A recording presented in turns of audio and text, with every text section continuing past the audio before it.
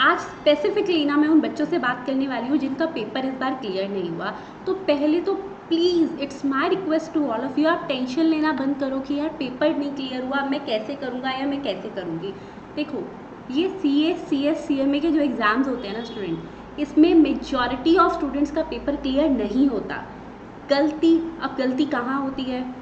Ma'am institute ने number नहीं दिए, ऐसा नहीं है। देखो, सबसे पहले तो मेरे अकॉर्डिंग क्या रहेगा, आप दूसरों को ब्लेम करने से बेटर है हम खुद के बारे में, क्योंकि हमें नेक्स्ट टाइम पे क्लियर करना है। तो हमारी ना, अब हमें वो सोचना ही नहीं है कि यार उसकी गलती थी या इसकी गलती थी। हम ये मानेंगे, चाहे किसी की गलती हो, हम ये मानेंगे हमें सुधार खुद में करना है, हमें खुद को इम्प्रूव करना है, जिससे कि चाहे कैसे मर्जी सिचुएशन हो, but we are going to clear our examination in the next attempt. Okay, अब हाँ, बट मैम मेरे फ्रेंड का तो क्लियर हो गया, कोई बात नहीं ना। इतने सारे बच्चों ने अपना एग्ज़ाम दिया था, उसमें से अगर आपके फ्रेंड का क्लियर हो गया है तो वेरी गुड। लेकिन अगर आपका क्लियर नहीं हुआ तो आप सिर्फ एक बात सोचो, स्कूल टाइम में हम मॉक टेस्ट देते थे, हाँ, प्री बोर्ड एग्ज़ाम्स दिए थे, हाँ। अब मैं अगर आपको अपनी बात बताऊँ ना, तो मेरे प्री बोर्ड एग्ज़ाम्स में एक बार मार्क्स कम आए और उसकी वजह से बोर्ड एग्ज़ाम्स में I do very well.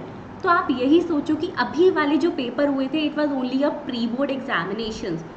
Board आने वाला है, उसमें जम के तैयारी करेंगे और इस बार ऐसा क्लियर करेंगे ना कि शायद अगर इस अटेम्प्ट में क्लियर होता तो 50 आते, नेक्स्ट अटेम्प्ट में 80 लेकर आएंगे कि हमारा जो ये वाला फेलियर था ना, ये हर कोई भूल जाएगा। ठीक है, अब आता है सेकंड मेन इंपॉर्टेंट पॉइंट। अब चलो ठीक है मैम, हमने अपने आप को समझा लिया कि ठीक है, हम नेक्स्ट अटेम्प्ट में इतना बेटर कर लेंगे कि हमारा ये वाली जो बात थी ये काउंट ही ना हो। बट पेरेंट्स को कैसे समझाएं? देखो, अगर अब पेरेंट्स नहीं समझ रहे इस बात को, उनको लग रहा है कि भाई आपने पढ़ाई नहीं करी, तो उन्होंने आपकी मेहनत देखी है, लेकिन उनका भी माइंडसेट यही है, उन्होंने भी यही सोचा कि जैसे स्कूल में आपने हमेशा टॉप किया, आप स्कूल में हमेशा पास हुए, तो इस बार पास क्यों नहीं हुए? अब वो ऐसा तो नहीं है ना कि इसमें उनका कोई बेनिफिट है, नहीं, आपके लिए, तो आपके वेलफेयर के लिए वो सोच रहे हैं, आपके वेल विशर हैं वो, तभी आपके बारे में वो सबसे ज़्यादा सोचते हैं। तो उनको बिठाओ, समझाओ कि देखो ये वाला पासिंग परसेंटेज था, मैं बेस्ट तरीका बता रही हूँ आपको, उनको पासिंग परसेंटेज बता दीजिए कि इतने ही बच्चे पास हुए हैं, और उनसे एक बार उनको आराम से बिठाकर उनसे प्रॉमिस करो कि नेक्स्ट अटेम्प्ट में मैं इतने मार्क्स लाकर आपको दिखाऊंगा या दिखाऊंगी। ठीक है, ठीक है मैम, चलो ये भी कर लेंगे, लेकिन गलती तो समझ नहीं आ रही, 2 अटेम्प्ट दे दिए, 3 अटेम्प्ट भी दे दिए हैं, हमारी गलती कहाँ पर है? हम तो पूरा का पूरा पढ़कर जाते हैं। तो देखो, अब बात करते हैं कुछ प्रैक्टिकल फैक्ट्स की। गलतियाँ होती हैं हमारी स्ट्रैटेजीज़ में, ऐसा नहीं है कि हमने मेहनत नहीं करी, नहीं, मुझे पता है आप सब ने ना, जो बच्चे पास हुए हैं शायद उनसे ज़्यादा मेहनत की होगी, क्योंकि जब 2 से 3 अटेम्प्ट हो जाते हैं तो माइंड पे ऑलरेडी हम बहुत कुछ लेके चल रहे होते हैं। तो आपने मेहनत करी है, लेकिन आपने एक बात सोची, क्या बात है? हार्डवर्क करना।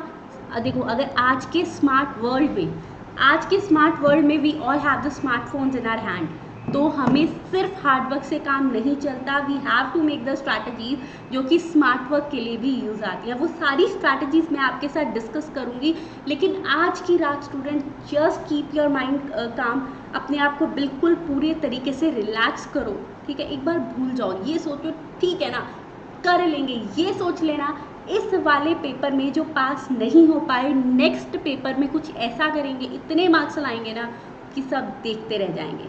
ठीक है, अब बात आती है, नहीं हो पाएगा मैम, करेंगे कैसे? बहुत ज़्यादा टेंशन में हूँ, तो मुझ पे ट्रस्ट रखो। जिन स्टूडेंट्स ने मुझसे पढ़ा हुआ है, they know they trust me. आपके मैसेजेस भी यही आए जिनका क्लियर नहीं हो पाया कि नहीं क्लियर हो पाया, but still you are thanking me कि आपने गाइडेंस दी ना।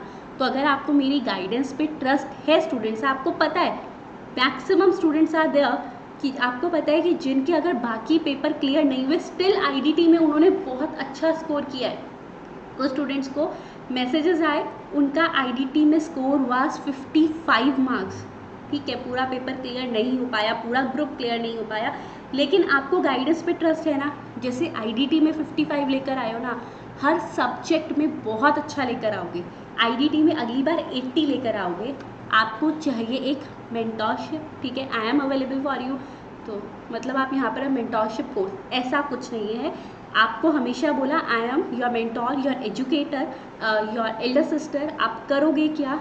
नीचे देखो मेरे पास, मैंने ना नीचे आपको कमेंट बॉक्स में अपना कॉन्टैक्ट नंबर दे दिया है, आप उस पर मुझे कॉन्टैक्ट करो, मैं आपको कम्प्लीटली गाइड करूँगी and that will be completely free of cost. अब बोला है मैंने एल्डर सिस्टर, बोला educator, so I am not charging anything for this.